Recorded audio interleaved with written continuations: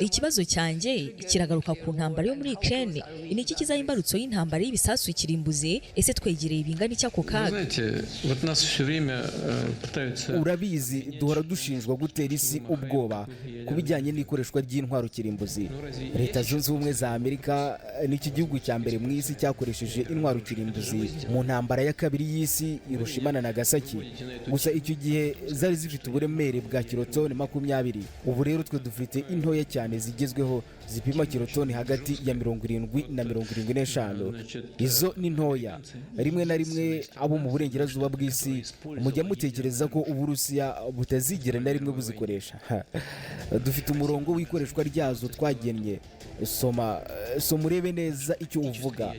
Nihagira uwo ari we wese uhirahira kuvogera cyangwa se guhungabanya ubusugire n'ubudahangarwa bw'Uburusiya, duteganya gukoresha imbaraga zose dufite twirwanaho.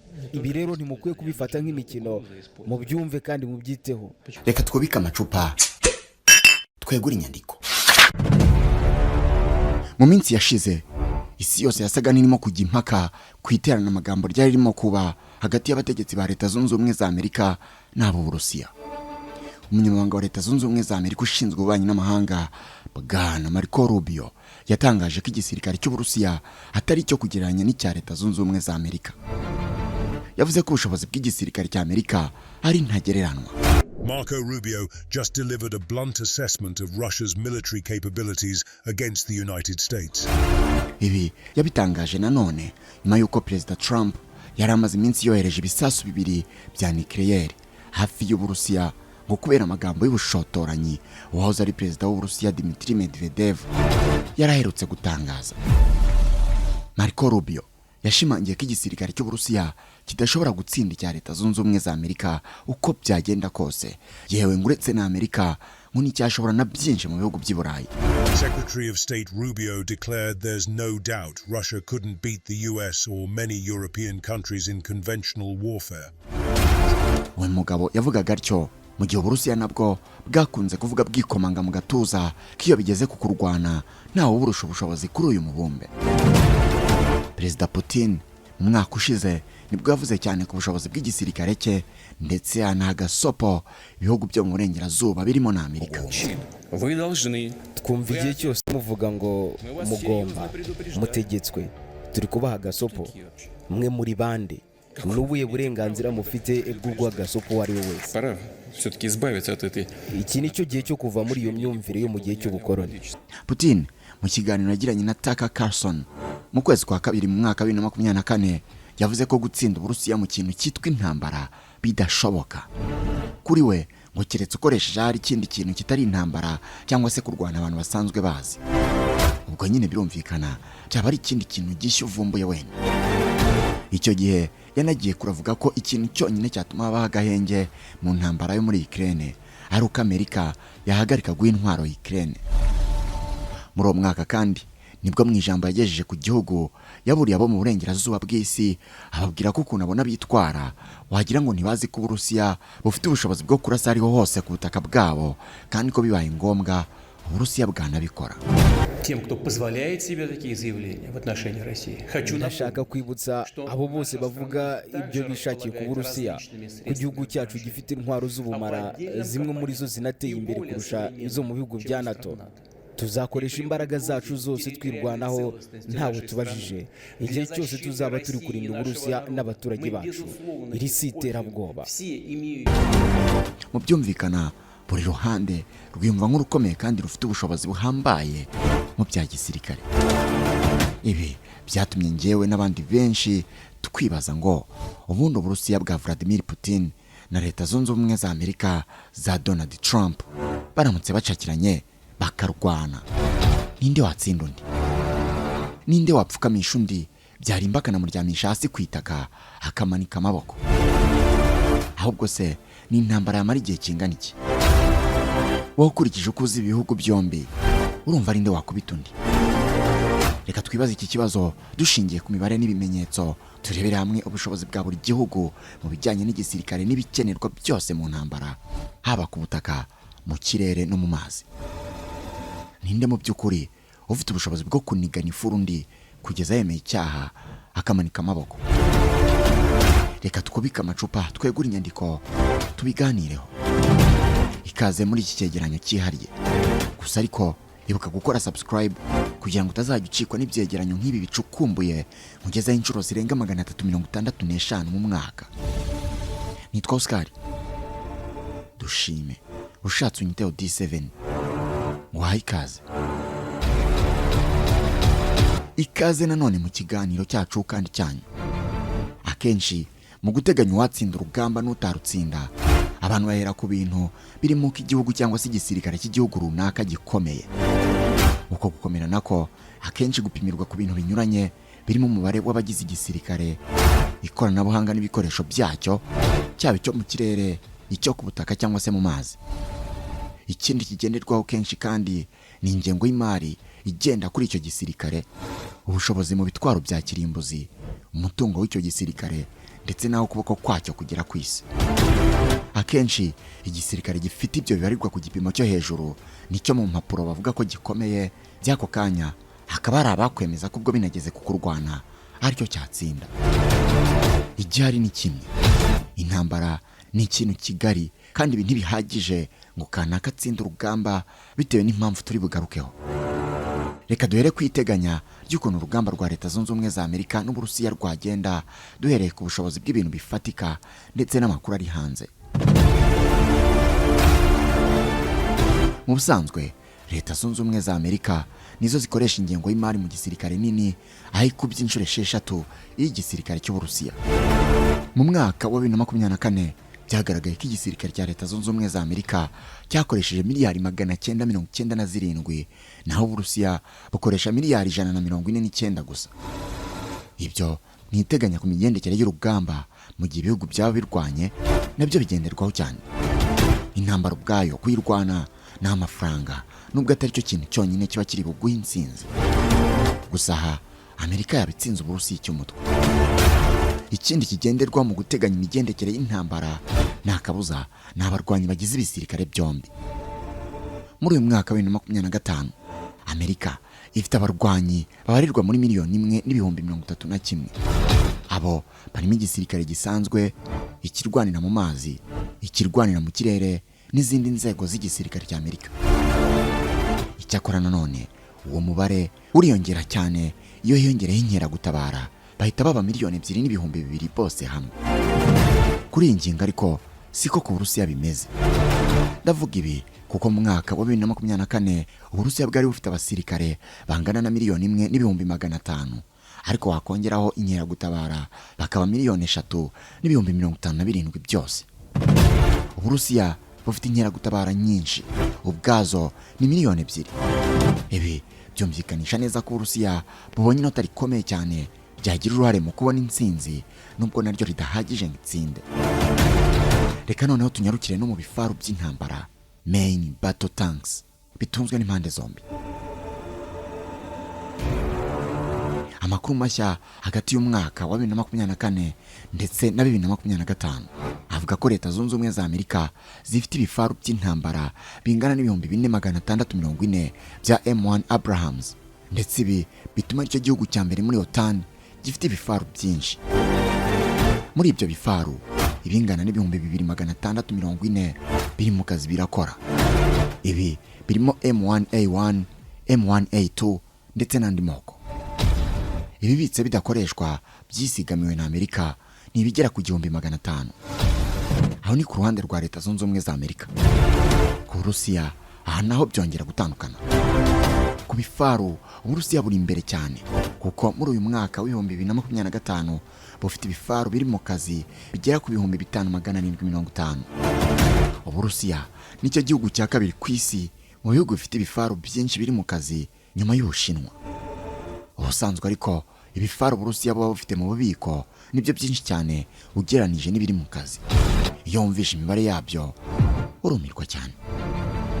Hari imibare yagiye hanze mu mwaka wa 2022 ivuga ko Uburusiya bwari bufite mu bubiko ibifaru bingana n'10,200.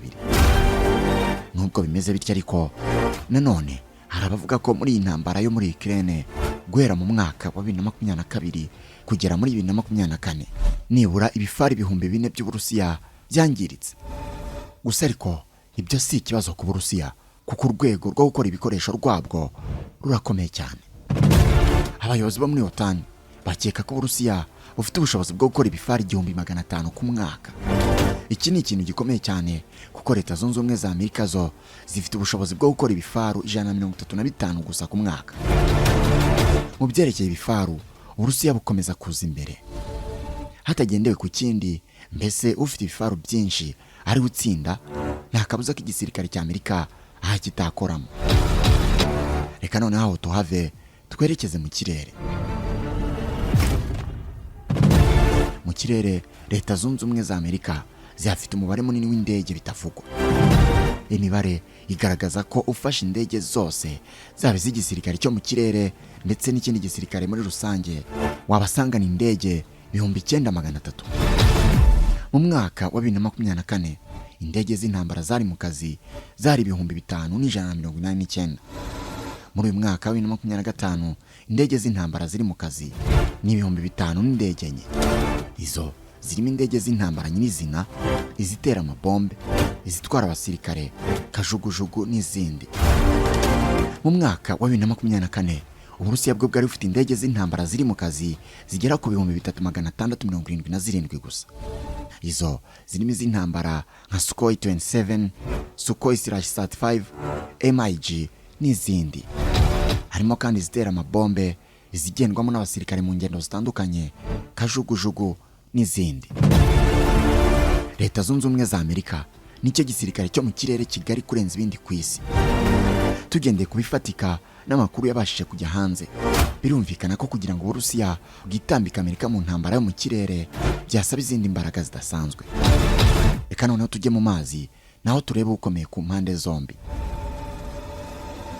Ibisirikare byombi, kibi cya Leta Zunze Ubumwe za Amerika cyangwa se icy'Uburusiya, bafite amato y'intambara akomeye. Gusa Leta Zunze Ubumwe za Amerika nizo zifite ubwato bwinshi bw'ubushobozi buhambaye. Igisirikare cya Amerika gifite aircraft carriers zingana na 11 zose, mu gihe Uburusiya bufite imwe gusa. Aircraft carriers ni ubwato bw'intambara rutura buba bushobora kugwaho indege. Mu yandi mato akomeye nka destroyers, ubwato bwihuta cyane bidasanzwe kandi bukoreshwa mu kurasa indege cyangwa ubundi bwato buba munsi y'amazi, Uburusiya bufite 10 bwonyine, mu gihe Leta Zunze Ubumwe za Amerika zo zifite ubungana na 81. Ubwato bugenda munsi y'amazi submarine, Uburusiya buvugwaho gutunga urenga 83, mu gihe Leta Zunze Ubumwe za Amerika zitunze 70 bwonyine. Uburusiya mu byerekeye amato bwo bufite umubare munini mu bwato buto. Igisirikare cya Leta Zunze Ubumwe za Amerika cyo mu mazi bitangazwa ko aricyo kigenzura amazi manini y'isi, mu gihe Uburusiya bwo bugenzura yo mu karere gusa buherereyemo. Ikindi ngo nuko Leta Zunze Ubumwe za Amerika ziheruka kohereza ubwato bw'ibisasu bya kirimbuzi hafi y'amazi y'Abarusiya, bigaragaza ukuntu iki gisirikare cyo mu mazi gikomeye kandi cyiteguye. Muri make, imbaraga za Leta Zunze Ubumwe za Amerika mu by'amazi ziri muri biriya byato bigwaho indege, aircraft carriers, amato arasa indege n'andi mato yo munsi y'amazi ayazwi nka destroyers, ndetse no kugira ibirindiro hirya no hino mu mazi y'isi. Ni mu gihe imbaraga z'Uburusiya mu by'amazi zishingira cyane ku mato yo munsi y'amazi submarine, ndetse n'ibirindiro bikomeye byo ku nkombe z'amazi. Mu gihe Uburusiya na Amerika barwana, ikindi cyarebwaho ni ukureba ugera cyangwa se ufite ububasha bwo gukorera ahantu hanini mu isi, geographical reach. Ibi bireberwa ku hantu iki gihugu gishobora kugera, mbese kigakomanga kigakingurirwa. Akenshi kiba kinahafite ibirindiro. Leta Zunze Ubumwe za Amerika kuri iyi ngingo iri imbere cyane, kuko burya ifite ibirindiro bya gisirikare mu mahanga birenga 800 mu bihugu birenga 70. Izo nazo ni imbaraga zihambaye umuntu atarenze ingoye mu ntambara. Ibirindiro byabo bikomeye kandi bihoraho biri ku migabane yose y'isi. Nko mu Burayi bafite ibirindiro mu Budage, mu bwami bw'Abongereza, Butaliyani na Polonye. Mu burasirazuba bw'isi yo hagati bafite ibirindiro muri Qatar, Kuwait na Bahrain.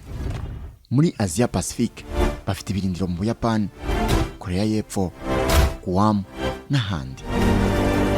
Leta Zunze Ubumwe za Amerika kandi ifite imbaraga za Otan, umuryango wo gutabarana ihuriyemo n'Uburayi, ikagira amasezerano y'ubufatanye n'ibihugu nk'Ubuyapani, Korea y'Epfo, Philippine n'ahandi.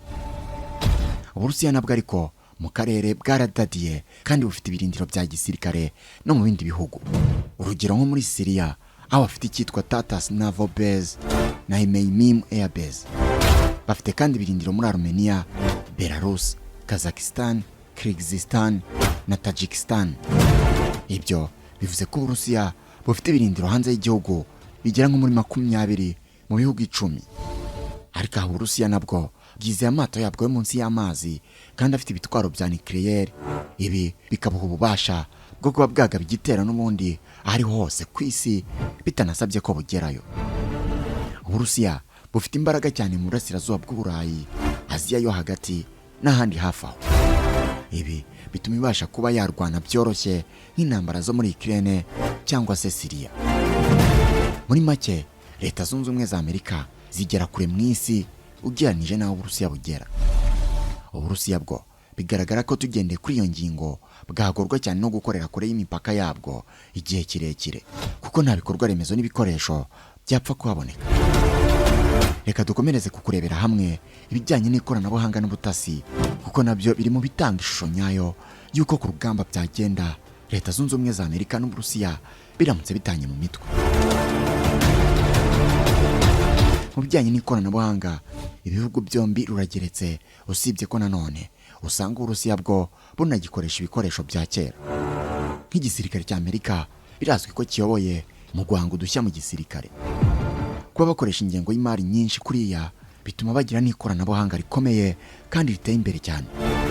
Urugero, Amerika ubu uyisanga indege z'intambara zo muri generasiyo ya 5 nka F-22 Raptor na F-25 Lightning II. Bafite misile zitandukanye n'ikoranabuhanga rihambaye rya mudasobwa ribafasha kugaba ibitero. Mu butasi, Abanyamerika bafite ibigo by'ubutasi 17 byose biyobowe na CIA, NSA na DIA, biherekezwa n'ibyogajuru bya gisirikare birenga 100 hirya no hino ku isi, ndetse n'ibindi bintu byinshi bibaha amakuru. Uburusiya nabwo ni umunyembaraga nyinshi mu ikoranabuhanga, ariko ngo buracyakoresha uburyo bumwe na bumwe butagezweho. Uburusiya bufite ikoranabuhanga ririnda ikirere rya S-400/S-500 Air Defense System, riri mu yakomeye ku isi. Bafite kandi misile zitandukanye nka Zinhal, Zircon, Avangard, iyiswe Saturn II yahamuye Abanyamerika n'Abanyaburayi, iyitwa Oreshnik n'ayirindwa mubi n'izindi. Uburusiya kandi burazwi cyane mu gusenya drone, radar na GPS by'umwanzi kurenza ikindi gihugu icyo ari cyo cyose mu isi. Icyakora nanone indege y'Uburusiya ikomeye ni Sukhoi 57, mu gihe Abanyamerika F-55 yirusha ubushobozi. Mu biganiro by'ubutaha tuzagereranya ubushobozi bw'izi ndege zombi, turebe uburyo zikoramo n'ubushobozi zifite, turebe iyihambaye kurusha iyindi. Uburusiya ni kimwe mu bihugu bizwiho gukora ibikorwa by'ubutasi bihambaye, aho usanga birangira bigasigara abantu benshi baguye mu kantu bitewe n'uburyo babikoramo. Uburusiya nabwo bufite ibigo bya GRU, SVR na FSB bishinzwe ubutasi. Bagira kandi ibikoresho birimo ibyogajuru, nubwo nanone bitari byinshi nk'ibya Amerika. Reka noneho twinjire ku ngingo yacu nyamukuru. Aho tugeze ni urebye igisubizo kiri buturuke ku bibazo Watsinda Undi hagati ya Leta Zunze Ubumwe za Amerika n'Uburusiya mu gihe baba barwanya. Ibi tumaze kuvuga, iyo usesenguye imiterere y'intambara biragoye kubigenderaho uvuga uwatsinda urwo rugamba. Ni kenshi twabonye igisirikare cy'abantu bake batsinda cyane abakubye mu mibare inshuro utabara. Ubundi kuva kera ngo intambara n'isiyanze guhera kera icyarimwe n'ubugeni. Ibyo unabisanga mu gitabo gihambaye cy'intambara cyanditswe n'umukurambere w'Abashinwa warindwanye agatangaza Sun Tzu, igitabo yise The Art of War. Aha hasobanuramo uburyo intambara ikorwamo ndetse n'ibyo buri musirikare wese uyoboye intambara aba agomba kwitaho no kugenderaho kugira ngo abashe kuyitsinda. Hari ibyo bikoresho ufite, ariko hari n'amayeri usabwa gukoresha ubikoresha kugira ngo bibashe kuguha intsinzi. Ikindi, iyi ntambara umenya uko itangira ariko ntumenye uko irangira.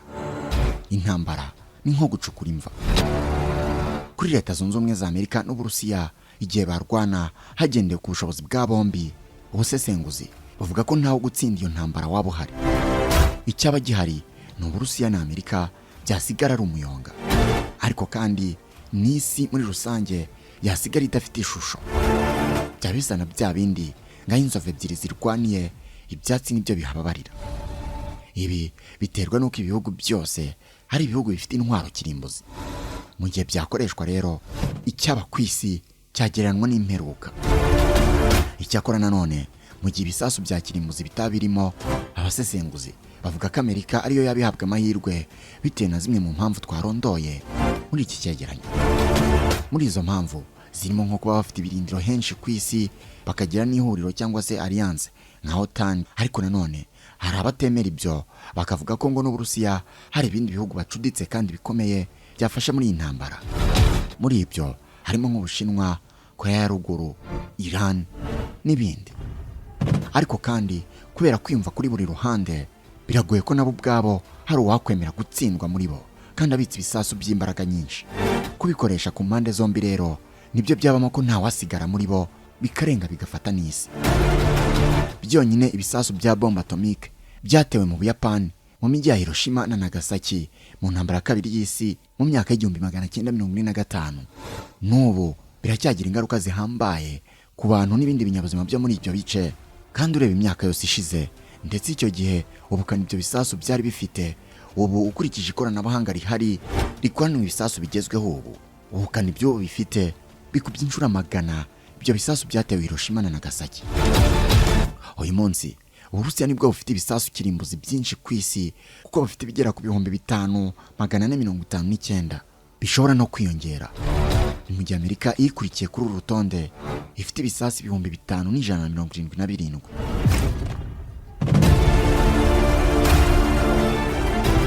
Ngayo nguko ngubwo ubushobozi bw'ibisirikare byombi, ndavuga icya Leta Zunze Ubumwe za Amerika ndetse n'icy'Uburusiya.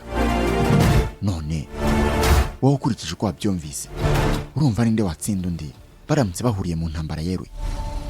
Subiza aho hasi muri comment igitekerezo cyawe, ndagisoma.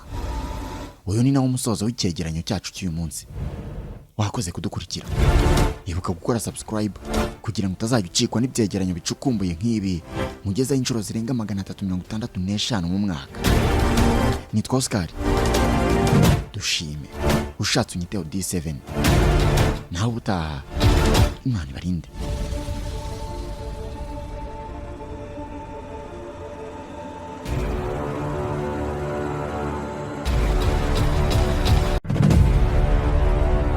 Sinzi niba ujya ubitekereza, ariko abantu bose muhura babanza kubona ibyo wambaye na mbere yuko babona niba uri inzobe cyangwa se niba uri igikara. Babanza kureba niba uberewe na mbere yo kumenya niba ufite ubwenge buhagije. None niba imyambaro ifite akamaro kangana uko, kubera icyo uyigurira aho ubonye hose. Nk'ubu dushobora kugenda mu muhanda nkakwereka abantu baguriye imyenda aho babonye hose, nkanakwereka n'abandi baguriye cyangwa se badodesheje ahantu hazima nko muri Mbagariye fashion. Badoda imyenda y'ubwoko bwose, yaba iy'abagabo, iy'abagore n'iy'abana, muri model zose wakwifuza. Imyenda y'ibirori nka costume z'abagabo n'iz'abagore, amakanzu, amashati, ariko by'umwihariko impuzankano cyangwa uniforme z'ubwoko bwose. Ibigo by'abanyeshuri, abashinzwe umutekano, amarestaurant, amahoteli n'abandi bose bakenera uniforme. Nka ibyo bitari bihagije, Mbagariye fashion inigisha kudoda. Abahize mbere ubu ngubu bari mu kazi. Nta gikwiye kukubuza guhamagara cyangwa se kwandika ubutumwa kuri 0782080321 cyangwa ukabasanga aho bakorera ku Kicukiro Ziniya. Ubundi ukareba uburyo hari abadozi, hakaba na Mbagariye fashion.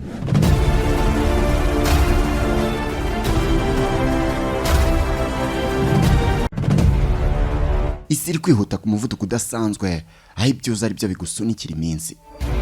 Byose byatangiye muri 2012 ubwo ishuri IBTC Film and Design School ryashingwaga rigatangira gutanga ubumenyi budasondetse, ndetse kuva ubwo abo ryigishije ubu nibo bafite ijambo rikomeye ku isoko ry'umurimo. Bamwe babaye ba rwiyemezamirimo, abandi ni abakozi b'ibigo bikomeye. Gusa muri iki gihe ahisi yabaye umudugudu, ubu kwiga ntibigisaba kujya kure, kandi n'ibigenza ukundi. Hamwe na IBTC Film and Design School ntibikiri ngombwa ko dusanga aho dukorera ngo tuguhe ubumenyi, kuko amasomo yacu urayabona utavuye aho uri. Turakwigishiriza online kuri telefone cyangwa mudasobwa yawe. Nyuma y'igihe kinini gishize tuyoboye abandi mu kwigisha film making, graphic design na web design, ntiduhagarara. Ubu noneho IBTC Film and Design School irakwigisha gukanika moto n'imodoka, hahandi ubishwanyaguza IPS ku yindi ukongera ukabiteranya nkaho nta cyabaye, kandi ubyigiye online kuri smartphone yawe cyangwa computer yawe. Niba kandi nta na kimwe ufite muri ibyo, ntuhangayike, kuko twabashyiriyeho uburyo bwa smart classroom, aho mushobora kwishyira hamwe muri 25 kuzamura mu kagari mutuyemo, tukabashakiraho kwigira, tukabaha n'ibikoresho byo kwigiraho. Ikiza cyo kwiga gukanika moto cyangwa imodoka nuko bidasaba kuba warize amashuri menshi. Oya, nubwo waba utarize n'amashuri abanza, turakwigisha ukavamo umukanishi w'umuhanga cyane, kuko amasomo yacu yose atangwa mu rurimi rw'Ikinyarwanda. Wize uyaza rero. Aya mahirwe y'imboneka rimwe yabyaza umusaruro. Yandikisha uyu munsi unyuze kuri wa/ibtc/e-learning.com utangire kwiga. Muri IBTC Film and Design School kandi ntabwo tugarukira ku kwigisha gukanika moto n'imodoka gusa, ahubwo hari n'andi masomo nka film making, graphic design na web design hakomeje gutangwa online, nabwo unyuze kuri wa/ibtc/e-learning.com no mu mashuri y'amasomo asanzwe kwa Rubangura, aho dukorera kuva muri 2012. Aya ni amasomo yahinduriye benshi ubuzima, ndavuga baciye akabando k'iminsi kare bakakabika kure bakagana IBTC. Ibijyanye n'amafaranga y'ishuri byo ntibigukange na gato, kuko ku bihumbi 100 byonyine barakwigisha.